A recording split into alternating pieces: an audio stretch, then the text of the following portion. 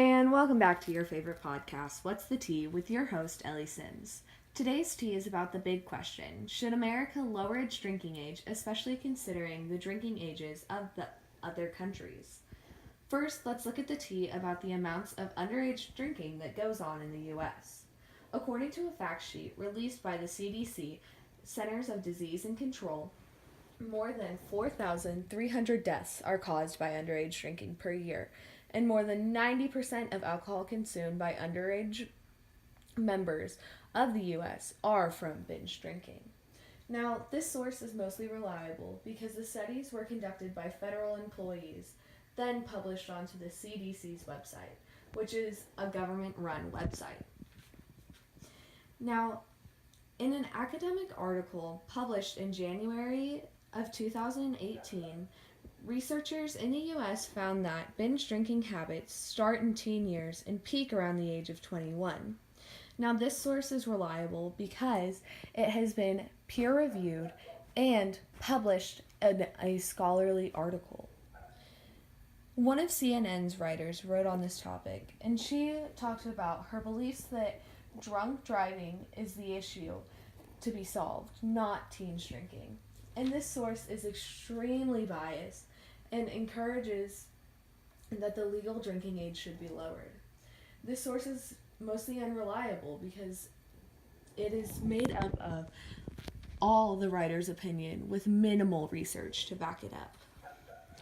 In a study done by American researchers from the University of Michigan, the drinking habits of 14 to 16-year-olds were examined, and they concluded that lowering the drinking age is very dangerous because of the intense drinking that is done by these members of the community. Now, this source was published in 2017, meaning that it is reliable because it is up to date, and it was peer-reviewed multiple times.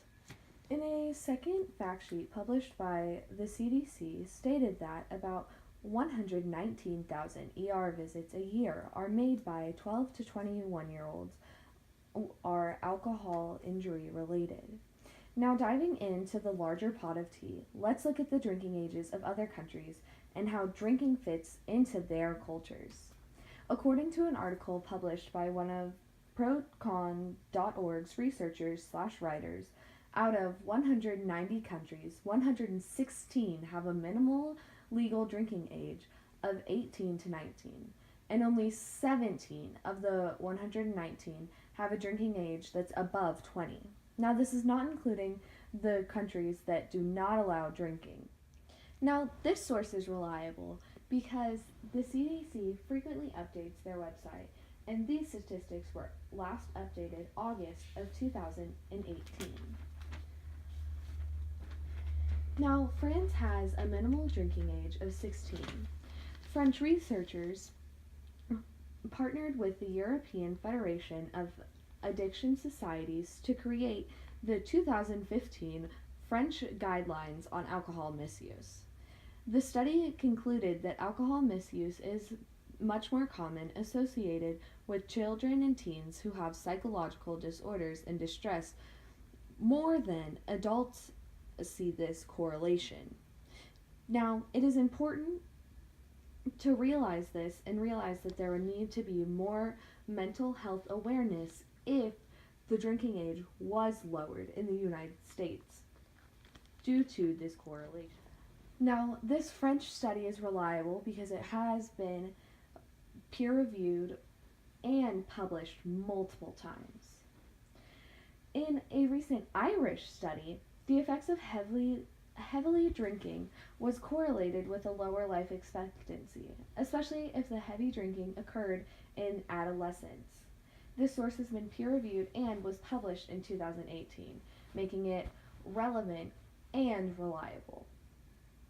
In 2008, researchers looked at all of the concerning factors of teens drinking. Now, this source is extremely biased because there are no positive factors of having a younger minimal legal drinking age that were discussed. This source is still reliable because the research was done by reputable Australian researchers, but it is a little outdated since it is from 2008. A study focused on assessing what motivates Italians to drink was completed and concluded that 15 to 20-year-olds are mostly motivated to drink to show off and be impressive to their friends, while for 21 to 25-year-olds are mostly motivated to drink to let go of a little bit of stress and pressure and have a nice social outing with friends. And for any ages above 26 and above, it is mainly just to let go of pressure. Now, this source is somewhat reliable because it is from 2018. But this source does not utilize a vast vocab that is typically seen in academic journals like it. Researchers in Canada did a study on if the minimum legal drinking age in Canada should be raised when examining drunk driving reports. They concluded that it should be raised because the largest number of DUIs came from the 18 to 21 age group. This source is reliable because it was published in a well-known Canadian scientific journal in 2017, which means that it was peer-reviewed and the statistics are recent. Through another Canadian study looking at the alcohol policies of universities affect the students' drinking habits, the researchers Andre Demers, Nancy Beauregards, and Louis Gilksman found that policies should not vary only from university to university, but from different living situations. Example, dorms to Greek houses, etc., to make sure that each alcohol policy is right for the type of living that these students are doing. So now that we've looked at some tea from different countries, let's go back and look at some things from the U.S. A professor from the Indiana University did a research study on if the drinking age should be lowered. And he found that the drinking age should be lowered so that people can learn how to drink responsibly from their parents at a younger age and make sure that they are building healthy drinking habits for later in life. And finally, to wrap up this episode of What's the Tea, we will be looking at the National Institute on Alcohol Abuse and Alcoholism's website and look at two different articles. The first article points out that 33.1% of 15-year-olds in the U.S. report that they've had at least one drink in their life, and about 7.7 million people ages 12 to 20, about 23% of the age group reported drinking alcohol in the past month.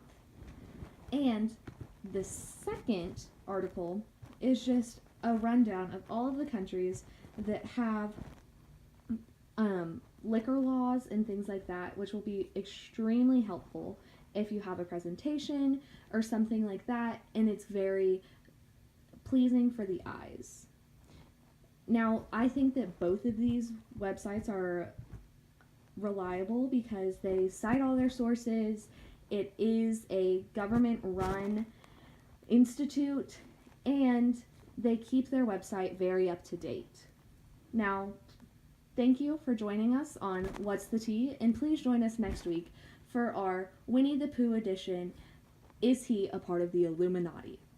Have a great week, and keep that tea hot.